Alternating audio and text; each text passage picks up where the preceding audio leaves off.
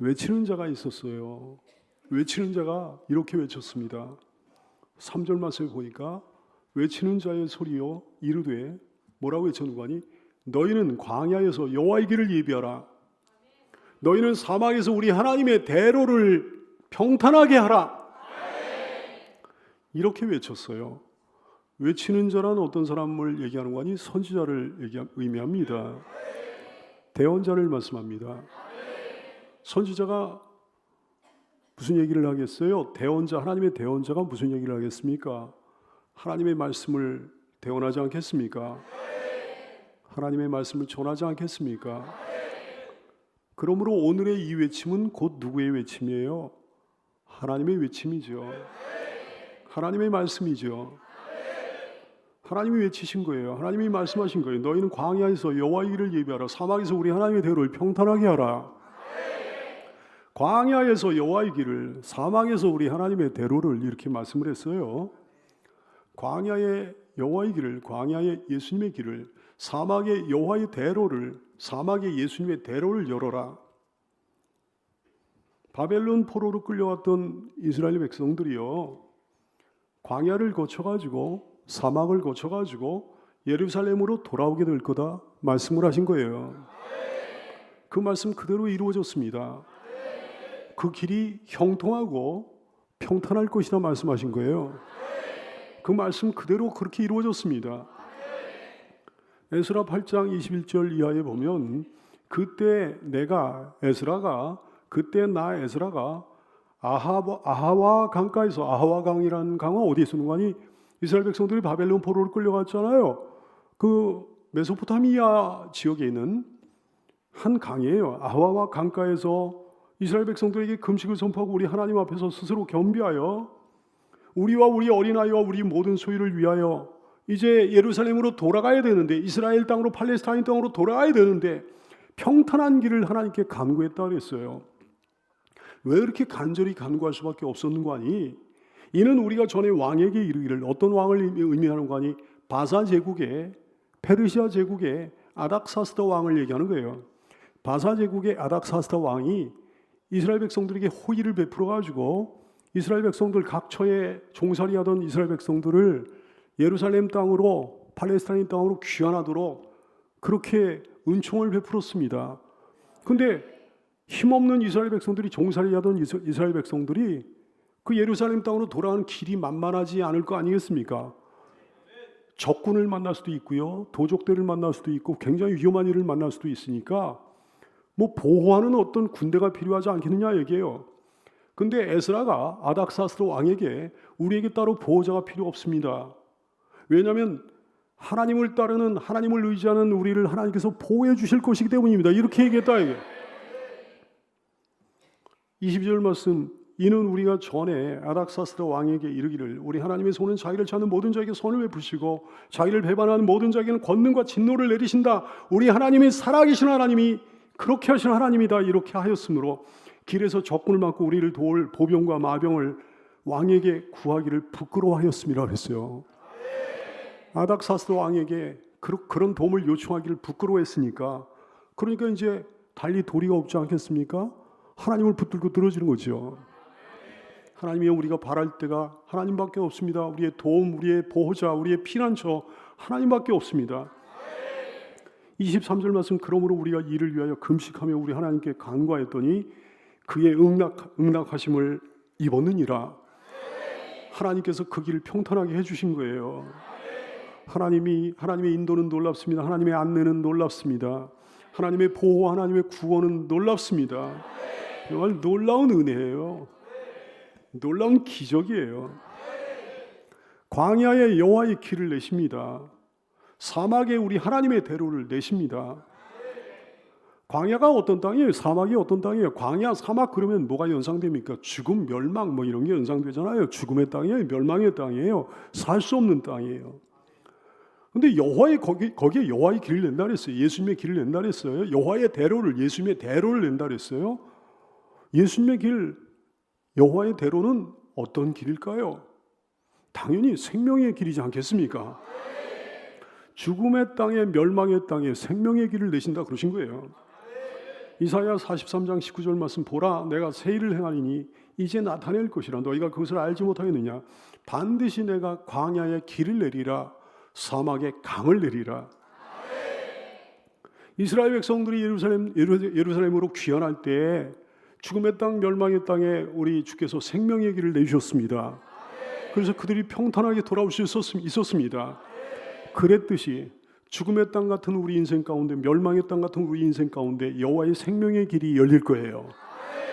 예수님의 생명의 길을 내주셨습니다. 잠언서 12장 28절 말씀에 공의로운 길에 생명이 있나니 그 길에는 사망이 없다 그러셨어요. 그 길에는 사망이 없다 그랬어요. 어떤 길인가 하니 이 길입니다. 요한복음 14장 6절 예수께서 이르시되 내가 곧 길이요 진리요 생명이니 나로 말미암지 않고는 아버지께로 올 자가 없느니라 했어요. 그 길은 예수님이십니다. 내가 그전에 군생활할 때 1년 정도 최전방에서 근무한 적이 있었는데 최전방 그 지뢰밭 경고에 뭐 이런 게 있었어요. 길이 아니면 가지를 말라. 길로만 가다 다녀야 되는 거예요. 길 잘못 빠지면 안 되는 거예요. 오직 한 길이에요. 길이 아니면 가지를 말아야 되는 거예요. 이 길을 내주신 우리 주님이십니다. 오직 이 길로만 가야 되는 거예요. 3절 말씀 외치는 자의 소리여 이르되 너희는 광야에서 여호와의 길을 예비하라 사막에서 우리 하나님의 대로를 평탄하게 하라. 이 말씀 그대로 나중에 유대 광야에서 이 말씀을 증거하고 선포한 사람이 있었습니다. 하나님의 이 말씀 그대로 한 사람이 있었습니다. 그 사람이 누굴까요? 세례 요한이에요.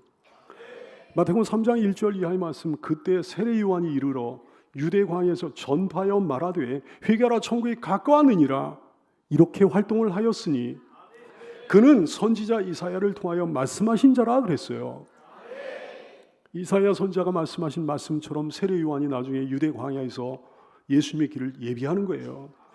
일러스되 광야에 외치는 자의 소리가 있어 이르되 너희는 주의 길을 준비하라 그가 오실 길을 곧게 하라 하였느니라 하신 말씀에 따라 세례 요한이 유대 광야에서 일어나 이렇게 했다 증거하시는 거죠.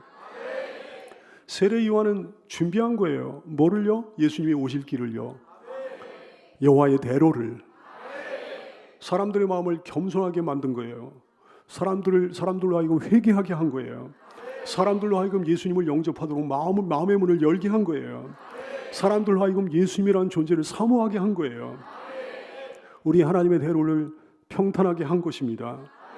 하나님의 대로란 예수님이 오신 길을 의미하거든요. 여러분 하나님의 대로를 평탄하게 해야 됩니다. 세례 요한이 하나님의 대로를 평탄하게 했듯 우리도 하나님의 대로를 평탄하게 해야 되는 줄 믿으시기를 축원합니다. 우리 하나님의 대로를 울퉁불퉁하게 만드는 사람들이 교회 안에 얼마나 많습니까? 평탄했던 하나님의 대로를 도리어 막 울퉁불퉁하게 만들어요. 나쁜 사람들이죠. 우리 하나님의 대로를 평탄하게 해야죠. 울퉁불퉁했던 대로도 평탄하게 해야죠. 우리도 세례 요한처럼 외치는 자의 소리가 되어 예수님을 향해 사람들의 마음의 문이 열려지도록 예수님을 향해 사람들의 마음이 겸손해지도록 예수님이라는 분을 사람들이 사모하도록 길을 열어주는 우리가 되기를 소원합니다. 이렇게 외치라 그러셨어요. 하나님께서 모든 것을 평탄하게 하신다. 이렇게 외쳐라. 4절 말씀 골짜기마다 도두어지며 산마다 언덕마다 낮아지며 고르지 아니한 곳이 평탄하게 되며 험한 곳이 평지가 될 것이요 라고 외치라 그러신 거예요. 아까도 얘기했지만 실제로 예루살렘으로 귀환하는 그 길을 평탄하게 해주시는 우리 하나님이십니다. 에스라 8장 21절 다시 한번 볼까요? 그때 내가 아하와 강가에서 금식을 선포하고 우리 하나님 앞에 스스로 겸비하여 우리와 우리 어린아이와 모든 소유를 위하여 평탄한 길을 하나님께 간구하였으니 23절 말씀 그러므로 우리가 이를 위하여 금식하며 우리 하나님께 간구하였더니 그의 응낙하심을 그의 응답을 입었느니라. 하나님께서 실제로 평탄한 길을 주신 거예요. 하나님께서 모든 것을 평탄하게 해주신다는 것은 사람들의 마음도 평탄하게 해주신다는 거예요. 사람들의 마음도 바꿔주신다는 거예요. 험한 마음을 부드럽게 해주세요. 울퉁불퉁했던 마음을 매끄럽게 해주십니다. 그래가지고 우리가 예수님을 영접하게 되는 거예요. 험한 마음이 부드럽게 되어서 울퉁불퉁했던 마음이 매끄럽게 되어서 불안했던 마음을 평안하게 바꿔주십니다. 답답하고 깝깝했던 마음을 시원하게 바꿔주십니다. 죄로 가득했던 마음을 믿음과 소망과 사랑의 마음으로 바꿔주십니다. 예수님으로 인해 우리 마음이 이렇게 평탄케 된 역사가 일어나는 거예요. 뿐만 아니라 우리의 앞길도 평탄하게 해주시는 하나님이시죠. 주님께 순종하는 사람, 주를 의지하는 사람, 예수님을 붙들고 사는 사람의 앞길을 평탄하게 해주시는 우리 주님이십니다. 시편 119편 165절 말씀, 주의 법을 사랑하는 자에게는 큰 평안이 있으니 그들에게 장애물이 없으리로다. 시편 40편 2절 말씀, 나를 기가 막힐 웅덩이와 수렁에서 끌어올리시고 내 발을 반석 위에 두사 내 걸음을 견고하게 하셨도다. 우리 이 걸음을 견고하게 하시는 하나님을 더 많이 의지하게 되기를 원합니다. 또 이렇게 외치라고 그러셨어요. 여호와의 영광이 나타나고 모든 육체가 그것을 함께 보리라. 이렇게 외쳐라. 5절 말씀, 여호와의 영광이 나타나고 모든 육체가 그것을 함께 보리라. 이는 여호와의 입이 말씀하셨느니라 그랬어요. 정말 불가능한 일이 일어났습니다. 인간적으로 볼 때 바랄 수 없는 일이 일어났어요. 이스라엘에게 몇 번이나 그런 일이 일어났어요. 여러분, 나라를 잃어버리고 이방 땅에 끌려가가지고 각처에 흩어져 살던 사람들이에요. 그러면 그 땅은 이제 다른 사람들이 와서 살 거 아니겠습니까? 근데 그 나라를 회복한다는 게 가능한 일인가요? 고토를 회복한다는 게 가능한 일입니까? 나라를 잃어버리고 이방 땅에 끌려가지고 각처에 흩어져가지고 무려 70년간 종살이 하던 사람들이에요. 무슨 무력이 생긴 것도 아닙니다. 무슨 대단한 파워가 생긴 게 아니에요. 70년간 여기저기 흩어져가지고 종살이 하며 살던 이스라엘 백성들이 말이죠. 당시 고대 근동 지방의 패자였던 바사 제국의 허락을 받아가지고 비호를 받아가지고 고향 땅으로 금이 환영하게 되는 거예요. 이게 말이 됩니까? 인간적으로 볼 때. 그냥 일어났던 역사니까 그런가 보다 하지만 인간적으로 볼 때는 가능한 일이 아니죠. 불가능한 일이죠. 말도 안 되는 일이죠. 근데 이 일이 일어난 거예요. 여호와의 영광이잖아요. 여호와의 영광이 나타나고 모든 육체가 그것을 함께 보리라. 이 놀라운 기적은 뭘 의미합니까? 이 놀라운 하나님의 영광은 뭘 예표합니까? 여호와의 영광이 언제 어떻게 모든 사람 앞에 나타나지겠습니까? 대답은 한마디예요. 예수님이십니다. 예수님의 사역이요. 예수님의 십자가와 부활이요. 예수님의 재림이요. 모든 육체가 그것을 함께 보리라 그랬어요. 모든 육체가 그것을 몸소 체험하게 되리라. 두 번에 걸쳐서 첫 번째는 초림입니다. 예수님의 초림이요. 요한복음 1장 14절, 말씀이 육신이 되어 우리 가운데 거하심에 우리가 그의 영광을 보니 아버지의 독생자의 영광이 은혜와 진리가 충만하더라. 두 번째는 재림입니다. 마태복음 24장 30절 말씀, 그때 인자의 징조가 하늘에서 보이겠고 그때 땅의 모든 족속들이 통곡하며 그들이 인자가 예수께서 구름을 타고 능력과 큰 영광으로 오는 것을 보리라. 모든 육체가 그것을 함께 보리라. 이는 여호와의 입이 말씀하셨느니라. 여호와의 입이 말씀하셨대요. 사람의 입으로 얘기한 게 아니에요. 선지자 자의로 얘기한 게 아닙니다. 목사가 자의로 얘기한 게 아니에요. 여호와의 입이 말씀하셨다 그랬어요. 여호와의 입이 말씀하셨다는 것은 반드시 이루어질 것을 강조하신 말씀입니다. 반드시 이루어지리라. 민수기 23장 19절, 하나님은 사람이 아니시니 거짓말을 하지 않으시고 인생이 아니시니 후회가 없으시도다. 어찌 그 말씀하신 바를 행하지 않으시며 하신 말씀을 실행하지 않으시랴. 입 밖으로 꺼내신 말씀 반드시 실행하신다는 말씀이죠. 시편 89편 34절, 내 언약을 깨뜨리지 아니하고 내 입술에서 낸 것은 변하지 않는다 그랬어요. 이사야 55장 11절 말씀, 내 입에서 나가는 말도 이와 같이 헛되이 내게로 돌아오지 아니하고 나의 기뻐하는 뜻을 이룬다 말씀하셨어요. 그러므로 하나님의 말씀은 반드시 이루어집니다 라고 믿는 사람에게 복이 있습니다. 누가복음 1장 45절, 주께서 하신 말씀이 반드시 이루어지리라고 믿은 그 여자에게 복이 있도다. 가슴에 손 얹고 한번 고백해 볼까요? 주께서 하신 말씀이, 근데 남자는 남자로 바꿔서 하셔야죠. 자, 시작. 주께서 하신 말씀이 반드시 이루어지리라고 믿은 그 남자에게 복이 있도다. 아멘. 또 이렇게 외치라고 그러셨어요. 인생은 실로 아무것도 아니다라고 외치라고 그러셨어요. 인생은 실로 헛된 것이다라고 외치라고 그러셨어요. 6절 7절 말씀, 말하는 자의 소리여 이르되 외치라. 대답하되 내가 무엇이라 외치리까 하니 이르되 모든 육체는 풀이라고 외쳐라. 그의 모든 아름다움은 들의 꽃과 같도다. 이렇게 외쳐라. 풀은 마르고 꽃은 시들면 여호와의 기운이 그 위에 불미라. 이 백성은 실로 풀이로다. 이렇게 외치라 그랬어요. 모든 육체는 풀이요 그의 모든 아름다움은 들의 꽃과 같습니다. 세상은 절대로 이렇게 이야기하잖아요. 하나님만 이렇게 말씀하십니다. 근데 세상의 얘기가 옳지 않아요. 하나님의 말씀이 옳아요. 모든 육체란 뭘 의미할까요? 이스라엘을 의미합니다. 이스라엘을 침략했던 아수를 의미합니다. 유대를 침략해서 포로를 끌고 갔던 바벨론 제국을 의미합니다. 바벨론 제국 이후에 세력을 얻었던 메데파사 제국을 의미합니다. 온 인류를 얘기하는 거예요. 모든 왕들이요, 모든 백성들이요, 모든 육체의 모든 아름다움이라고 그랬어요. 모든 자랑거리를 얘기해요. 모든 칭찬거리를 얘기합니다. 사람들의 영광이요, 명예요, 인기요, 부와 재물, 권세, 능력 같은 것들이요, 심신의 건강 이런 것도 자랑거리잖아요. 외적인 아름다움, 외모의 아름다움 자랑거리잖아요. 헛되도다 풀 같다 그랬어요. 지식과 지혜와 경륜 이런 것도 헛되다 말씀하셨어요. 심지어는 사람들이 추구하는, 아주 좋은 사람들이 추구하는 좋은 것이라고 여겨지는, 정말 좋은 거는 맞아. 사람들이 교양 있게 사는 거예요. 자선을 베푸는 거, 남을 배려하며 사는 거, 바르게 사는 거예요. 얼마나 좋은 거예요. 윤리 도덕적으로 사는 거 너무 좋은 거야. 예의 바르게 사는 거 좋은 거예요. 너무 좋은 건데 이런 것도 풀 같다 그랬어요. 이런 것까지 헛되다 그러신 거예요. 모든 육체, 모든 아름다움은 다 헛된 것인 줄로 깨닫게 되기를 축원합니다. 그걸로 하나님 앞에 서는 게 아니거든요. 그걸로 구원받는 게 아니거든요. 그걸로 죄 용서받는 게 아니거든요. 시편 103편 15절 인생은 그날이 풀과 같으며 그 영화가 들의 꽃과 같도다. 시편 37편 2절 그들은 풀같이 속히 배임을 당할 것이며 풀은 채소같이 쇠잔할 것이미로다. 전도서 1장 2절 전도자가 이르되 헛되고 헛되며 헛되고 헛되니 모든 것이 헛되도다. 헛되지 않은 게 하나도 없어요. 심지어는 착하게 살고 바르게 산 것도 헛되다 그랬어요.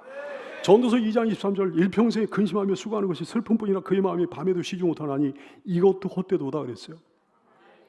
다시 한번 말씀드릴게요. 인간의 모든 삶은 헛됩니다. 하나님이 그렇게 외쳐라 그랬어요. 자랑거리, 칭찬거리 다 헛됩니다. 모든 영광, 영예, 인기 다 헛됩니다. 모든 부와 재물, 권세, 능력 다 헛됩니다. 심신의 건강 헛되고 외적인 아름다움 금방 사라지고요. 지식과 지혜와 경륜도 헛되고요. 교양 있고 뭐 자선을 베풀고 배려하며 살고 바르게 살고 윤리 도덕적으로 살고 실로 풀과 같은 거예요. 이사야 40장 7절 말씀 푸른 마르고 꽃은 시들면 여호와의 기운이 그 위에 불미라 이 백성은 실로 풀이로다. 사막에 열풍이 불어올 때 화려하게 피어난 꽃들이 갑작스럽게 시들어버리는 것처럼 그렇게 사람의 인생은 시들어버리고 말 거예요. 남는 게 없는 거예요. 그런데 하나님이 이걸로 끝나요. 계속해서 이렇게 외치라. 오직 하나님의 말씀은 영원하고 반드시 이루어지게 될 것이다.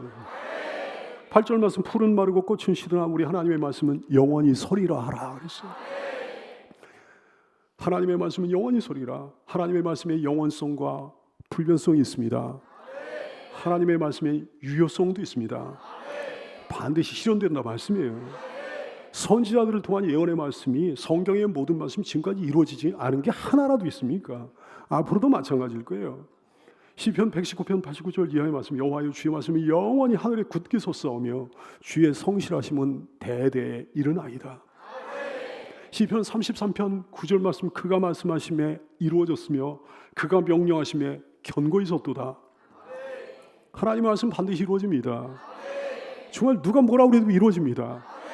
누가 방해할 수 없습니다. 막을 수 없습니다. 제어할 수가 없습니다. 아무리 싫어해도 하나님 말씀이 이루어질 수밖에 없는 거예요. 그러므로 말씀하시면 모든 것을 그치고 귀를 기울여야 되는 겁니다. 그 입에서 나오는 말씀에 촉각을 기울여야 되는 겁니다. 어떤 분들은요 쌩쌩하다가 말씀만 시작되면 졸음이 시작되는 분들도 있어요. 말씀만 시작되면 주보를 갖다 들추기는 분, 그러면 안 되는 거예요. 말씀하신 모든 것을 그치고 귀를 기울여야 되는 거예요. 그 입에서 나온 말씀에 촉각을 기울여야 되는 거예요. 성경을 통해 하신 말씀 그대로 됩니다. 이 강단을 통해 주신 하나님의 말씀 그대로 다 이루어집니다. 사무엘상 15장 29절 말씀 통해 그러셨어요. 이스라엘 지존자는 거짓이나 변개함이 없으시니 그는 사람이 아니시므로 결코 변개하지 않으심이니이다 그러셨어요. 이렇게 외치라 그랬어요. 하나님께서 장차 강한 자로 임하셔서 친히 다스리실 것이다. 이렇게 외치라 그랬어요. 10절 말씀 보라 주 여호와께서 장차 강한 자로 임하실 것이요 친히 그의 발로 다스리실 것이라. 여러분 우리 주님 재림하십니다. 반드시 다시 오십니다. 주님은 영원한 나라의 영원한 왕으로 다스리실 겁니다. 첫 번째 오실 때는 초라한 모습으로 오셨어요. 아무도 알아주지 않았습니다. 예수님이 태어나실 때 그의 법적인 부모는 어디 여관도 구하지 못해가지고요, 말 구유에서, 나귀의 구유에서 예수님을 낳았습니다. 예수님이 정말 초라한 아기의 모습으로 오셨습니다. 그러나 두 번째 오실 때는 그렇게 오시지 않아요. 어마어마한 영광 가운데 오실 겁니다. 마태복음 24장 30절, 그때 인자의 징조 하늘에서 보이겠고 그때 땅의 모든 족속들이 통곡하며 그들이 인자가 구름을 타고 능력과 큰 영광으로 오는 것을 보리라 하셨어요.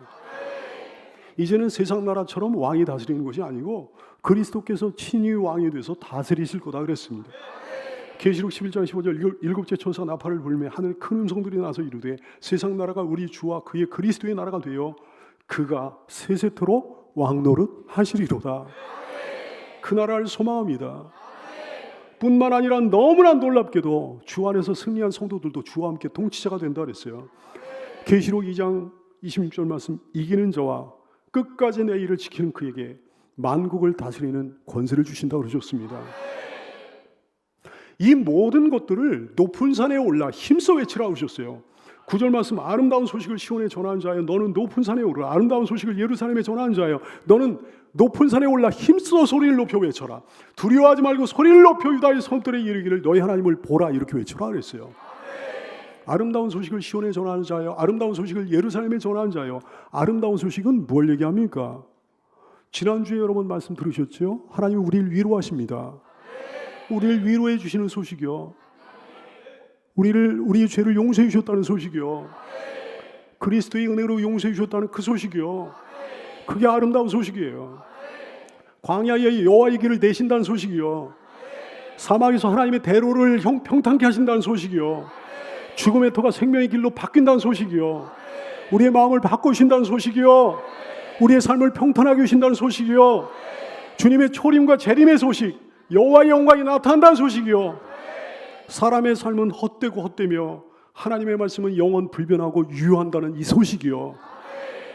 아직 우리가 보지는 않았습니다만 10절 말씀에 보니까 상급을 말씀하시는데 상급에 관한 소식이요, 이것들이 아름다운 소식이에요.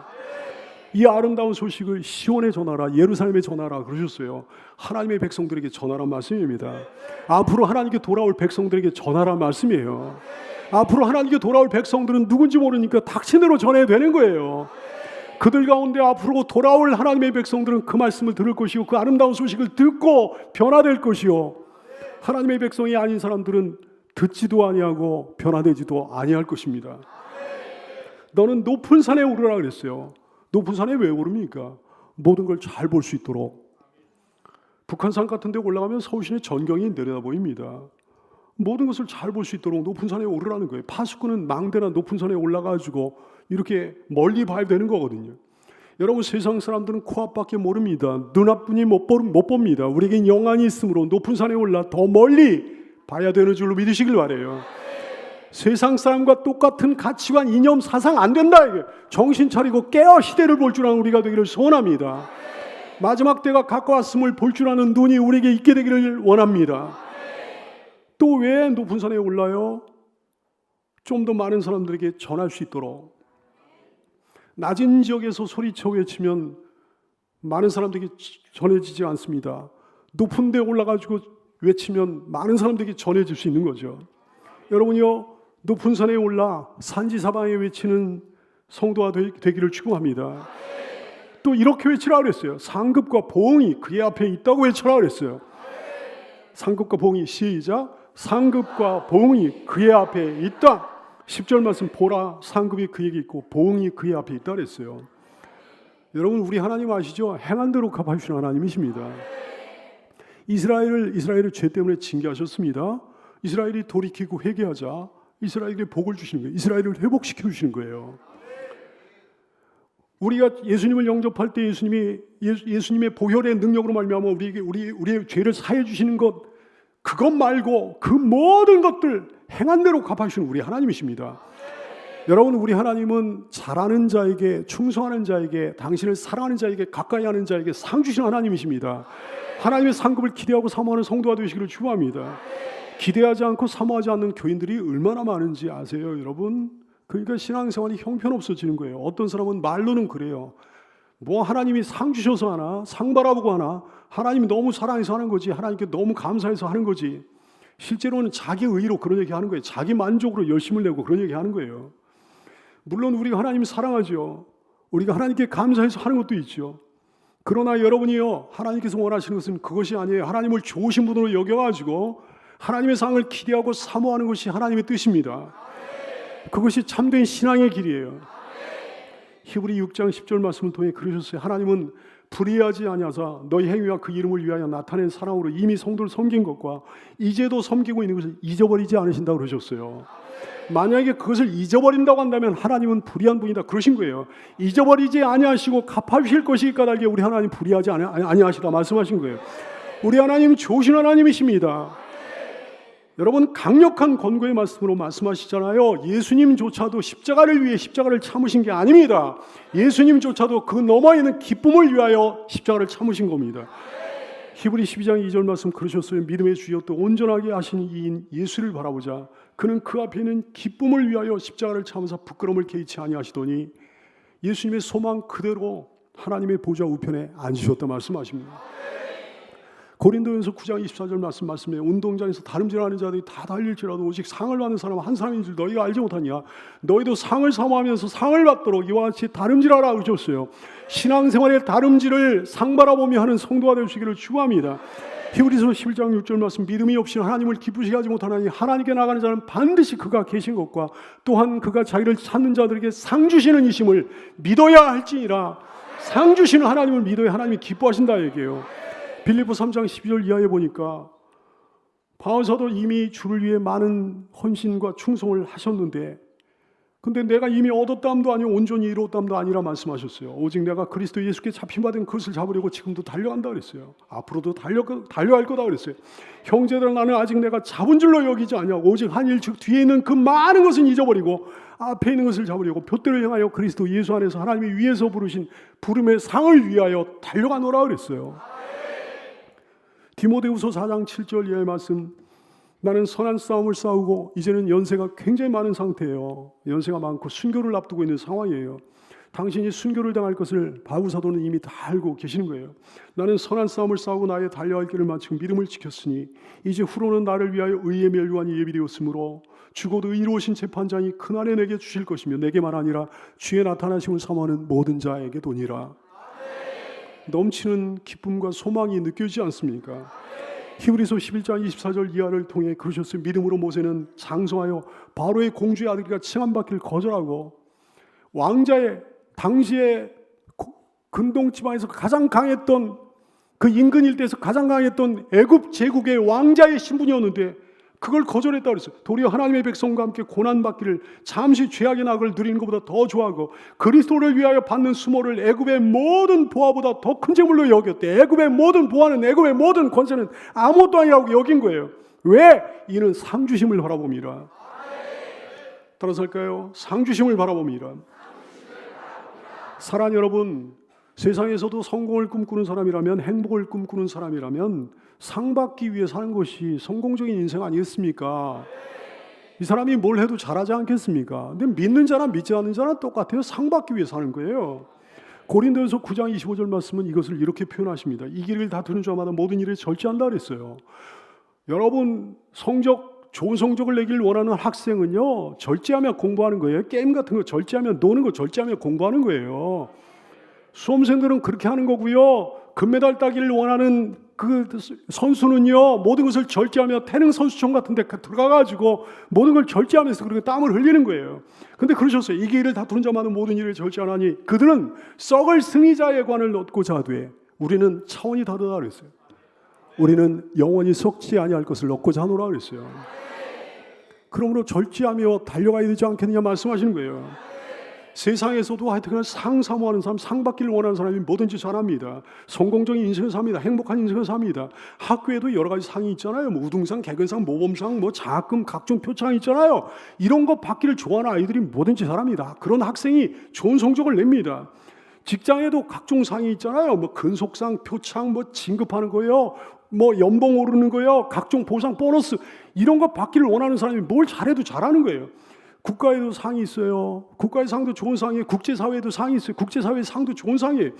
어디에서든지 상 받는다고 하는 것은 명예로운 일이죠. 영예로운 일이죠. 영광이죠. 이익이 되는 거죠. 그러나 여러분, 우리가 바라보는 것은 그들과는 차원이 다른 거예요. 차원이 다릅니다. 비교가 안 되는 거예요. 어떤 상이 얼만큼 좋은 상인가, 상의 가치를 결정하는 기준이 뭡니까? 누가 주는 상인가? 이거 아니겠어요? 누구한테 받는 상인가? 영예와 영광이 어느 정도 되나? 그 상을 받으면 그 효과가 어느 정도 되나? 그 효과가 얼만큼 가나? 그 혜택은 뭔가? 그 실익이 뭔가? 이런 기준으로 따져보면 세계에서, 이 세상에서 가장 영예로운 상은 아무래도 노벨상이 아닌가 싶어요. 알프레드 노벨이라는 사람에 의해서 제정된 상인데요.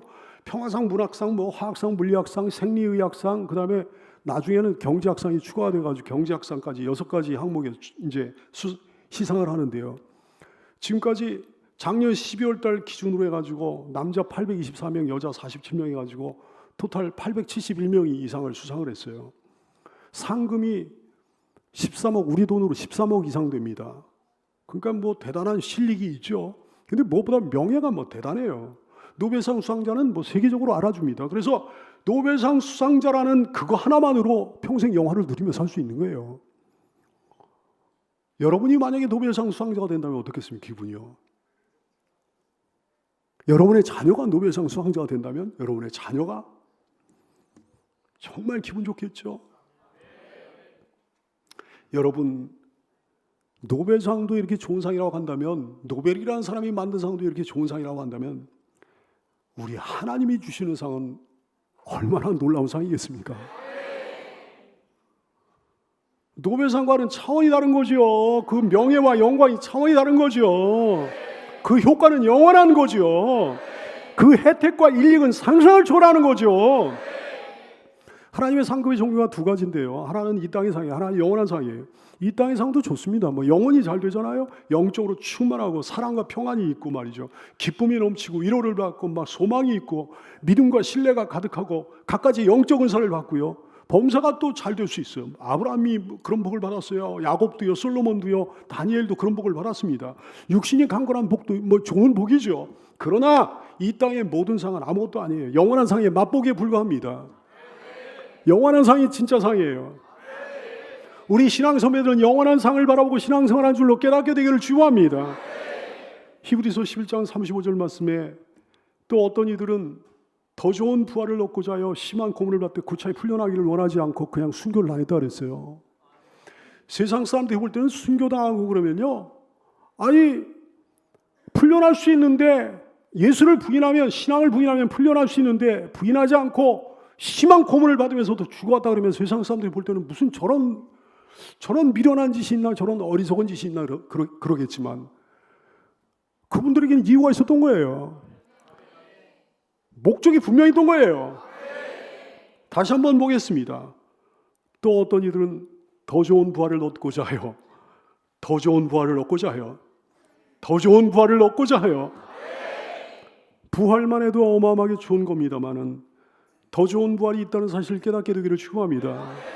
더 좋은 부활을 사모하는 여러분 되시기를 축원합니다.